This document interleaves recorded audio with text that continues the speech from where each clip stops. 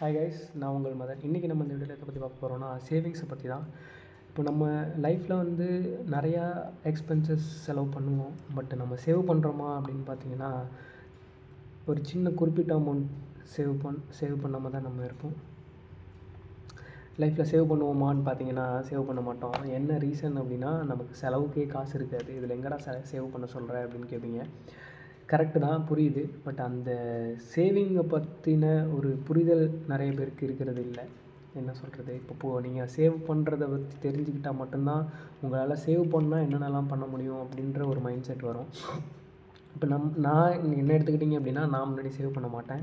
எனக்கும் வந்து எனக்கு என்னென்ன வாங்க தோணுமோ எல்லாத்தையுமே நான் கண்ணம்னு வாங்கிட்டு இருப்பேன். என்னோடய சேலரியில் வருது எல்லாமே வந்து ஆட்டோமேட்டிக்காக அது பாட்டுக்கு என்ன தோணுதோ, என்ன பிடிக்குமோ, என்ன பண்ணலாமோ எல்லாமே போட்டு வாங்கிட்டு இருப்பேன்.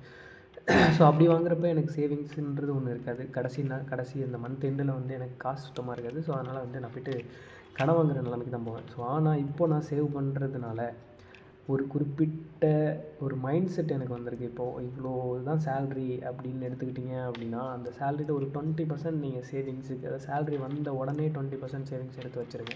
அதுதான் ஃபஸ்ட்டு ரூல். நீங்கள் அந்த பர்சன்ட்டு எடுத்து வச்சிட்டிங்க அப்படின்னா நீங்கள் அதை மறந்துடுங்க டோட்டலாகவே. உங்களுக்கு அந்த சேவிங்ஸ் வந்து ஒன்று மந்த் எண்டில் கூட உங்களுக்கு யூஸ் ஆகலாம். இல்லை நீங்கள் அந்த அமௌண்ட்டை உங்களுக்கு வந்து எப்போ வேணாலும் அதை எடுத்து நீங்கள் யூஸ் பண்ணலாம். சப்போஸ் உங்களுக்கு எந்தெந்த பொருள் எப்போ தேவைப்படுதோ அது தேவையாக இருக்கான்னு முதல்ல யோசிச்சுட்டு அதுக்கப்புறம் நீங்கள் அந்த பொருளை பர்ச்சேஸ் பண்ணுங்கள்.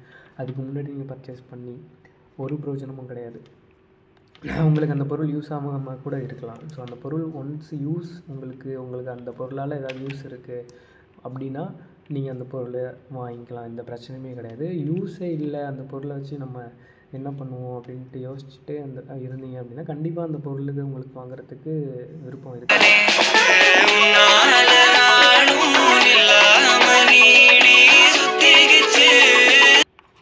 ரெண்டாவது விஷயம் என்னென்னா, நீங்கள் சேவ் பண்ணணும்னு உங்களுக்கு மைண்ட் செட் வந்துருச்சு அப்படின்றதே பெரிய விஷயம். ஏன்னா இங்கே நிறைய பேருக்கு வந்து சேவிங்ஸ் பண்ணுறதுக்கான மெச்சூரிட்டியும் இல்லை, அதை பற்றின புரிதல் யாருக்குமே கிடையாது. ஸோ சேவ் பண்ணணும் அப்படின்னு முடிவு எடுத்துட்டிங்கனாலே அது ஒரு பெரிய அச்சீவ்மெண்ட் தான்.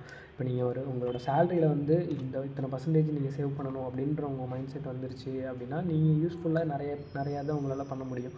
ஸோ அதே இதுதான் சொல்கிறேன். லைஃப்லேயும் அதே மாதிரி தான். நீங்கள் ஒரு விஷயமும் நீங்கள் பண்ணுறதுக்கு முன்னாடி ஒரு 2 டைம் 3 டைம் யோசித்து முடிவெடுத்தீங்க அப்படின்னா உங்கள் லைஃப்பில் வந்து நிறையாவே அச்சீவ் பண்ணலாம். ஸோ அதை நான் எக்ஸ்பீரியன்ஸ் பண்ணியிருக்கேன். ஸோ அதனால தான் நான் உங்களுக்கும் சொல்கிறேன்.